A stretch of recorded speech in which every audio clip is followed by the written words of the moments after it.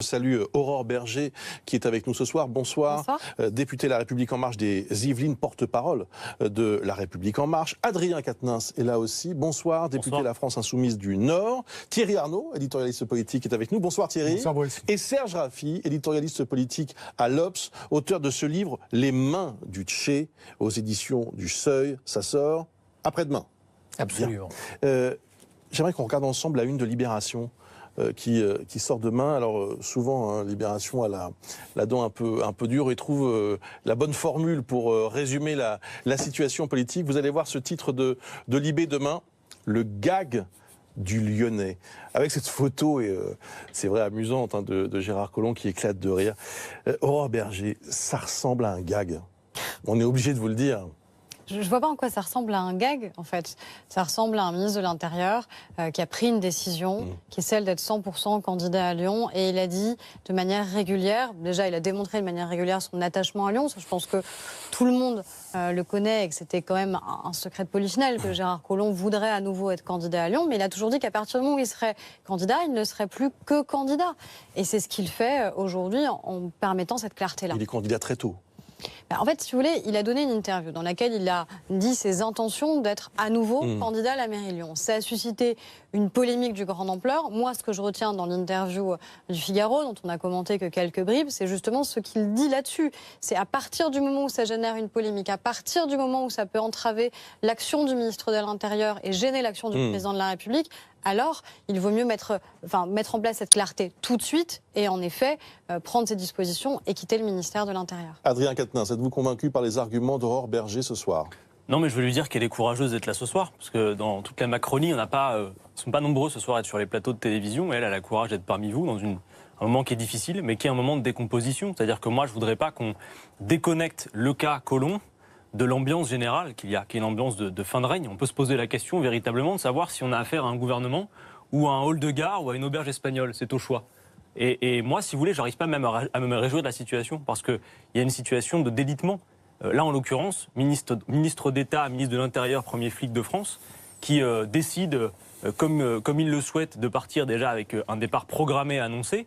Puis cette tergiversation. Ce matin, beaucoup de vos confrères commentaient sur une opération de communication réussie entre Gérard Collomb et Emmanuel Macron. On voit que même la communication, qui est pourtant quand même son fort, échappe à Emmanuel Macron. Donc il y a une ambiance vraiment crépusculaire qui, moi, m'inquiète par ailleurs pour le pays. C'est-à-dire qu'il y a une débandade, une vraie pagaille de la Macronie. Et c'est notre rôle aussi d'assumer une responsabilité, de formuler une issue positive à tout ça, à cette pagaille que la Macronie engendre. C'est-à-dire que sur le fond, un an aura suffi à montrer que les choix politiques d'Emmanuel Macron, c'est juste d'approfondir les grandes trajectoires qui étaient celles de ses prédécesseurs, mais y compris quand il disait « on va laver plus blanc que blanc, ça va être la République exemplaire », on voit que le nouveau monde, s'il en est un, radote sévèrement. Thierry Arnaud, c'est vrai que le mot pagaille paraît au minimum adapté à la situation. Oui, alors il y a le fond et la forme. Si vous voulez, sur le fond, c'est pas nécessairement très simple à justifier, mais au fond, on peut comprendre qu'un ministre de l'Intérieur, ancien maire de Lyon, ait envie de retourner dans sa ville et que donc il manifeste le souhait de quitter le gouvernement. Ça se discute, surtout dans le contexte de sécurité que l'on connaît, surtout lorsqu'il s'est engagé auprès d'un président de la République qui a dit depuis le début, Boris, très clairement que lorsqu'on est ministre dans son gouvernement, c'est pour 5 ans, on est là pour faire le quinquennat. Mais ce qui est dévastateur, beaucoup plus que le fond, c'est la manière, naturellement, parce qu'à chaque étape de chacun de ces épisodes, Gérard Collomb ne pouvait pas ignorer que la manière dont il se conduisait, la manière dont il communiquait, ce qu'il disait, allait provoquer des dégâts considérables pour le président de la République, pour son autorité auprès des Français, pour le Premier ministre qui a clairement été une victime collatérale aujourd'hui. Il aurait très bien pu, Gérard Collomb, aller dans le bureau d'Emmanuel Macron et lui dire « j'ai décidé d'être candidat à Lyon ». Je m'en vais. Et si le président refusait sa démission, insister, lui dire non, écoute, ma décision est prise, je m'en vais, je pars, etc. Il réglait ça entre quatre yeux, on faisait un communiqué et c'était terminé. Là, il annonce la chose dans l'Express. Ensuite, il prend lui-même l'initiative d'appeler le Figaro pour dire j'ai présenté ma démission au président qui l'a refusé. Et le lendemain, rebolote, il dit je maintiens ma démission, donc je refuse le refus du président de la République de quitter le gouvernement. Tout ça, effectivement, ressemble à un gag, à une farce, à du mauvais théâtre de boulevard. Si vous me permettez, juste, vous titrez là une crise inédite. Le mot crise laisse entendre qu'on pourrait revenir à l'état antérieur. Moi, je vous le dis, je pense qu'il y a un point de non-retour. Donc c'est pas une crise, c'est un vrai point de non-retour qu'on a atteint désormais, je pense, dans la Macronie. Oui. Enfin, c'est pas une crise Il y a institutionnelle aucun point de au sens. non-retour. À un moment qu'un ministre démissionne ou qu'un ministre soit démis, de fait, des remaniements, je pense que la France a survécu Évidemment, Aurore à de Berger. très nombreux Évidemment, remaniements. sauf que vous voyez bien Et que vous depuis savez, la l'été... République survivra à un nouveau remaniement. Sans doute peut-être. Mais vous voyez bien quand même que depuis l'été, c'est pas comme si le cas Collomb était un cas isolé. Je veux dire, là, ça se fait sur une thématique qui lui est propre, le fait de dire je veux partir à Lyon, etc. Très bien. Mais par exemple, il n'y a pas si longtemps que ça, Nicolas Hulot a démissionné, lui, sur des mots d'ordre éminemment politiques. Enfin, ce qu'il a dit est extrêmement lourd. Il a dit le libéralisme économique n'est pas compatible avec le défi climatique. Premier acte posé à l'Assemblée nationale depuis, la loi Pacte, qui est censée mettre l'entreprise dans les enjeux du 21e siècle, et l'on ne fait La quasiment loi rien. C'est terrible. alimentation-agriculture. Ah oui, vous avez refusé l'interdiction du glyphosate. Votée Non, mais aujourd'hui, regardez un peu qui les messages que vous qui envoyez. permet d'avoir une alimentation plus saine. Donc on peut systématiquement essayer de créer aussi des polémiques. Vous l'avez largement fait aujourd'hui à l'Assemblée nationale. Propose, et vous le savez. Au moment d'un discours extraordinairement républicain et digne de Manuel Valls, où vous avez essayé de brouiller ce message avec des pancartes. Et je ne suis pas sûre que ce soit à votre honneur, très honnêtement, de l'avoir fait. J'ai d'ailleurs vu que vous aviez parlé d'indignité. Quand on parle de Vous avez parlé d'indignité tout à l'heure. Quand on parle de pagaille, au sujet de ces pancartes. Et vous savez l'indignité. Alors là, on sort du sujet. Vous savez hein, mais- l'indignité. Non, mais on parle de Rappelez-moi, pagaille. puisqu'elle se Moi, je permet vois cette ceux qui la parenthèse, mettent en Madame Très vite, Berger. s'il vous plaît, jamais qu'on Vous savez, donne vous la avez parole à parlé Sacha tout à l'heure d'indignité Oui, parce que oui, dans l'hémicycle, au moment où la majorité avait organisé cette standing ovation Pour de Manuel Valls. nous Pas que avions la majorité mis les s'est pancartes bon débarras. Pourquoi? Parce qu'on Parce parle que pas comme ça voyez-vous, d'un Aurore ancien Berger, ministre de la France. Aurore monsieur. Berger, vous savez, en réalité, Simplement. l'indignité, c'est de voir une majorité qui prétend être le nouveau monde applaudir quelqu'un comme Manuel Valls. Parce Applaudir un que, ancien quoi qu'il ait ministre fait, de la France mais quoi qui a qu'il été ait fait, un même grand comme ministre Premier de ministre, l'Intérieur, il a aussi clairement. été celui qui, depuis 15 mois, est un député Bien. fantoche. Et vous savez que ce genre de comportement Allez, on participe revient à- de la coupure qu'il y a entre les citoyens et les élus. Et voir le nouveau monde On revient à l'applaudir, Gérard c'est délétère pour Collomb. vous On mettez revient à- des propres coups à votre majorité. S'il vous plaît. C'est en effet le troisième ministre qui s'en va en quelques semaines. Hein. Nicolas Hulot, Laura Flessel également, Gérard Collomb. Le gouvernement est-il fragilisé, Serge Raffi? Les institutions de la Ve République sont toujours là, sont solides, la majorité, malgré ces soubresauts et ce côté précipité. Là, moi, ce que je note surtout, c'est qu'il y a un scénario chez Gérard Collomb, c'est un peu le fugitif, c'est-à-dire qu'il s'en va en courant de ce cloaque, quelque chose ne lui plaît pas. Et je pense que le malaise est beaucoup plus profond que simplement la balade à Lyon, le parachutage un peu olé olé, un peu sauf qui peut à Lyon, ça c'est une réalité. Mais je pense que le mal chez Collomb, par rapport à Emmanuel Macron, est plus profond. C'est-à-dire qu'entre ces deux hommes, c'est le mariage, malgré tout ce qu'on peut dire de l'ancien monde et du nouveau monde. Et ce mariage-là, écoutez, c'est un peu un fiasco. Donc qu'est-ce qui s'est passé exactement?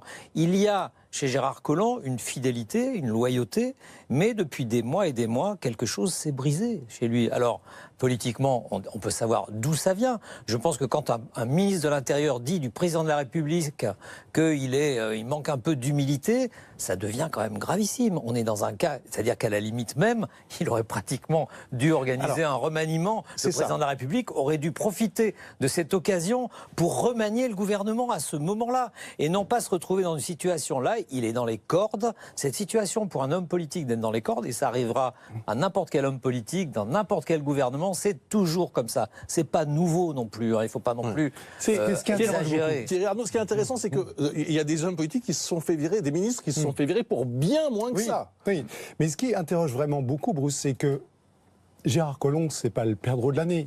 C'est un politique de grande expérience. Donc il ne pouvait pas ignorer les dégâts qu'il allait provoquer en démissionnant de cette manière et en multipliant les déclarations dans les journaux qu'il a faites depuis une dizaine de jours maintenant. Donc, sachant qu'il était parfaitement capable, et j'ai aucun doute sur le fait qu'il mesurait les dégâts qu'il allait provoquer. La question, c'est pourquoi est-ce qu'il les provoque? Voilà. Et moi, je vois que deux réponses possibles. Soit il s'en moque parce qu'il tourne la page et il a envie de retourner à Lyon. Et advienne que pourra derrière lui, c'est la politique de la terre brûlée, et tant pis. C'est la vengeance du parrain un peu. Soit, effectivement, il y a une forme de vengeance, de rétribution. Il s'est senti maltraité, il s'est senti inécouté sans doute, ayant lancé un certain nombre d'avertissements au président de la République sur les rectifications qu'il jugeait nécessaires. Et donc il s'en va en claquant la porte, en manifestant cette mauvaise humeur. Il n'a pas eu le pouvoir d'être entendu. Il a un pouvoir de nuisance incontestable. Qu'est-ce qu'il vous a dit à ce sujet? Parce que vous lui avez posé la question, oui, j'imagine. je lui ai demandé s'il avait une rupture avec le président. Alors évidemment, il s'en défend complètement. Mais On n'est pas obligé de le croire. Voilà, on est obligé de le croire. Et deux, on l'avait vu quand même il y a quelques semaines, il y a des sujets. Sur la CSG des retraités, il n'était pas d'accord. Sur les 80 à l'heure, on l'a vu chez Gérald Bourdin, il n'était pas d'accord. Le manque d'humilité, il le pensait profondément. Et surtout sur les relations avec les élus locaux. Et voilà. Moi, je crois que... Le plus important. Voilà, le plus important. Ce gouvernement, il a un gros déficit. Et là, nous, en tant que presse régionale, on le constate. C'est dans sa relation avec les territoires. Alors, il y a quelques ministres qui font des efforts, comme Julien de Normandie, Jacques Mézard. Mais globalement, le déficit de relation avec les élus locaux est considérable. Et là, Aurore Berger va être un peu embêté, mais ceux qui représentent la République en marche à l'Assemblée, ils ne sont pas élus locaux pour la plupart. Ils ne connaissent pas les territoires. Alors vous êtes peut-être mal placé, mais un député n'est pas un élu local par ailleurs, vous le savez. Oui, mais sauf que je suis désolé, mais c'est perçu comme ça. Est-ce qu'il y a une sorte d'alerte rouge avec ce départ et ce psychodrame autour de Gérard Collomb? Est-ce qu'il faut se remettre en question? Après tout, c'est pas interdit. Non, mais c'est jamais interdit de se remettre en question. De là à parler de psychodrame. Bon, déjà, moi, je ne fais pas la psychologie des uns ou des autres. Je ne suis pas dans la tête de Gérard Collomb. Une alerte pour la majorité. En tout cas. Mais pour la majorité, je ne sais pas, parce que la majorité parlementaire, elle est efficace, elle l'a montré. Elle a montré qu'elle était en capacité. Pendant plus d'1 an, on a travaillé sur la loi sur l'alimentation et l'agriculture. Elle a été votée aujourd'hui, ce qui montre bien qu'à un moment, la majorité, elle est solide et elle sait s'emparer des textes qui sont importants. Et je pense que ça intéresse pour le coup, quand même beaucoup plus les Français que l'avenir de Gérard Collomb, savoir s'il sera ou non à nouveau maire de Lyon et dans quelles conditions. Par contre, ce qui intéresse les Français, c'est d'être sûr qu'il y a un ministre de l'Intérieur. Oui. Ça, c'est certain. Mais ce que les Français voient aussi, Laurent Berger, je suis désolé, c'est que le ministre de l'Intérieur claque la porte au nez du président de la République. C'est exactement ce qu'il fait. Mais vous savez très bien le lien quand même qui unit le président de la République et Gérard Collomb. Ce lien, on peut se poser la question de savoir s'il existe toujours. Il ne vous aura pas échappé que Gérard Collomb, demain candidat aux élections municipales à Lyon, sera candidat sous la bannière de la République En Marche. Il n'y a pas de rupture entre la République En Marche et Gérard Collomb, pas plus qu'il y en a avec le président de la République. Après, soit on permettrait d'en douter. Écoutez, en tout cas, moi, c'est ce que je constate et je travaille avec lui quand même depuis de nombreux mois. Et accessoirement, on peut parler aussi du bilan de Gérard Collomb et de toutes les lois qu'on a réussi à voter, de l'augmentation des effectifs de la police et de ses moyens en particulier. Adrien Quatennens, vous évoquiez tout à l'heure un point de non-retour. Bon, c'est peut-être un peu excessif parce que, en effet, les institutions vont survivre à cette crise. Mais vous avez un doute sur la suite du quinquennat? Mais clairement. Mais si vous voulez, j'ai presque envie de vous dire, la situation ne devrait pas, en tant que commentateur, vous étonner. C'est-à-dire qu'Emmanuel Macron lui-même nous disait, je suis, de ses propres mots, il disait, je suis le fruit d'une effraction. C'est lui qui dit ces choses. Donc il y a un peu un effet gueule de bois, si vous voulez, après l'ivresse de ce qu'avait promis Emmanuel Macron. C'est-à-dire, je vous ai dit, à la rigueur, même pas besoin du travail de l'opposition. En 1 an, sur les grands choix, on pourra en parler, que ce soit des choix budgétaires, les grandes trajectoires, le libre-échange, sur la politique de l'emploi, qui se résume à quoi pour la Macronie? Déréguler le marché du travail, diminuer ce qu'ils appellent les règles, parce que avec eux, plus d'assouplissement suffirait à remplir les carnets de commandes, ce qu'on n'a jamais vu par ailleurs. Ce sont des choix qui sont en profonde continuité avec ce qui se faisait précédemment. Emmanuel Macron, pour moi, il s'est donné pour mission d'achever ce que Sarkozy et Hollande n'avaient pas su terminer. Mais en réalité, on voit bien, y compris face aux défis climatiques, que ce qu'il faut faire, c'est une grande bifurcation. Et par ailleurs, c'est du ressort même qui dépasse nos désaccords politiques sur la question climatique. Et de ce point de vue, la démission de Nicolas Hulot est un acte fort. Donc il y a une ambiance généralisée qui n'est pas bonne sur le fond, les résultats ne sont pas là. Et comment, j'ai envie de vous dire, arrêtez de perdre du temps à essayer de trouver des résultats différents que ses prédécesseurs. Les mêmes causes produisant les mêmes effets, il y a fort à penser que vous n'obtenez pas de résultats différents. Mais même sur la forme, c'est-à-dire c'était quand même ça la promesse d'Emmanuel Macron, c'était le renouvellement sur la forme. Et on voit bien qu'on a plus que jamais de vieilles pratiques politiciennes à tous les étages de la Macronie. Non, c'est pas vrai. Et bien sûr que si. Mais Aurore Berger, vous aurez beau, et vous le faites très bien, vous aurez beau réciter vos éléments de langage, ce soir vous êtes inaudible. Mais non, mais ce soir vous êtes inaudible. La plupart des Français voient. Ils voient, mais s'il vous plaît. Vous avez pas mal entendu. Mais vous savez, la chaise musicale, c'est délétère. Vous voyez bien quand même que. Je veux dire, je comprends, c'est votre rôle que de tenir la tranchée de votre point de vue particulier. C'est votre rôle d'appeler à l'insurrection. Mais moi, c'est pas. Moi, j'appelle pas. Vous savez, moi, j'appelle au retour à l'ordre ici ce soir. Ah bah très bien. Faites-le à l'Assemblée nationale. Mais je passe mon temps à ça. Vous ne pouvez pas dire autre chose. C'est vrai que vous n'êtes pas toujours dans l'hémicycle, mais quand j'y suis, vous voyez bien qu'on fait des propositions à chaque fois. Moi, je ne suis pas une opposition principielle. Ça serait plus confortable pour vous, Aurore Berger, si vous aviez en face de vous un opposant de principe. Moi, je suis un opposant de fond. Non, c'est faux. À chaque fois que je dépose une brique de ce que vous faites, j'en pose une autre. On est d'accord avec ou pas. Mais systématiquement, on contre-propose. C'est vous qui êtes dans la posture. Vous êtes enfermé. Vous êtes Mais enfermé je suis idéologiquement et absolument sur la pas forme. enfermée. Je parle de la J'assume. Macronie Si en vous manière pouvez me générale. laisser éventuellement vous Allez-y. répondre par rapport à tout ce que vous avez dit, je ne suis pas dans une posture. Moi, j'assume d'être sur ce plateau ce soir parce que justement, Je l'ai moi, salué. je crois. Mais c'est pas le sujet. J'ai pas besoin que vous le saluiez. Moi, je crois au bien Mais quand fondé même. de ce quinquennat. Contrairement à vous, Oui. je crois qu'on a été mais là on est par bien la d'accord. volonté des Français. Non, et moi- je pense qu'il faut qu'on aille au bout de ce quinquennat. Il n'y a et pas qu'il une se déroule illégitimité bien. de votre position, mais voyez bien qu'il n'y a pas une S'il vous adhésion plaît. programmatique forte pour ce que vous faites Vous dans le pays. aimeriez- Vous voyez quand J'aimerais même. juste, en une phrase, Ouais. vous aimeriez penser, et vous faites croire aux Français depuis le début, que nous ne sommes pas légitimes. à J'ai pas être dit là. ça, jamais. Vous ne me ferez jamais J'aimerais dire ça, juste finir, parce que si je c'est- respecte les institutions de ce pays, et Emmanuel Macron a été élu. Je dis pas qu'il est illégitime, j'ai toujours dit qu'il était légitime. Personne d'autre dans Donc mon on est groupe n'a dit légitime à l'inverse. mener la politique Vous que êtes l'on mène, légitime, sauf et que nous vous êtes allons obligé de voir continuer. que vous n'avez pas Monsieur une assise Quatennens, solide dans le nous pays allons- pour la raison qu'il y a le cas pardon, particulier s'il vous plaît. de l'élection Monsieur au Quatennens, on second ne peut tour pas face à parler, Marine en Le fait, Pen. face à vous. Non. Mais ce que je vous dis, c'est Vous parlez de Mais l'ordre, ouvrez- il est ouvrez difficile les yeux. d'influer sur un C'est plateau. ouvrez les débat yeux, même Aurore que les Berger. Français S'il vous ne veulent plaît, plus s'il vous entendre. plaît. C'est très Ça, compliqué c'est de le débat répondre. même que les Français ne veulent plus entendre. Serge Raffi, je vous en prie. Espèce d'invective, etc. Les Français, ils en ont jusque-là. Je suis bien Bon. d'accord. Ce que je Ça, voulais c'est dire, sûr. c'est que C'est très vous plaît. habile, mais S'il vous plaît, ce s'il vous que plaît. je voulais Donnez dire, du fond, hein. c'est que justement du fond et pas de l'invective. Aujourd'hui, on a, et Madame Berger en fait partie, un objet politique non identifié qui est cette espèce d'immense parti. D'immense en termes de députés, mais qui est une start-up électorale et qui n'a pas encore construit une doctrine, un fonds de commerce, etc., si ce n'est peut-être l'idéologie libérale du président de la Eh oui, République, il y a une mais doctrine. qui ne dit pas autre chose. Or, cet attelage, pardonnez-moi, laissez-moi finir, cet attelage-là, il est très compliqué parce qu'on voit bien dans ce gouvernement qu'il y a des gens qui viennent d'un peu de tous les horizons. On voit bien que c'est quand même un mélange de Jean-Yves Le Drian et d'Édouard Philippe. C'est pas exactement la même histoire.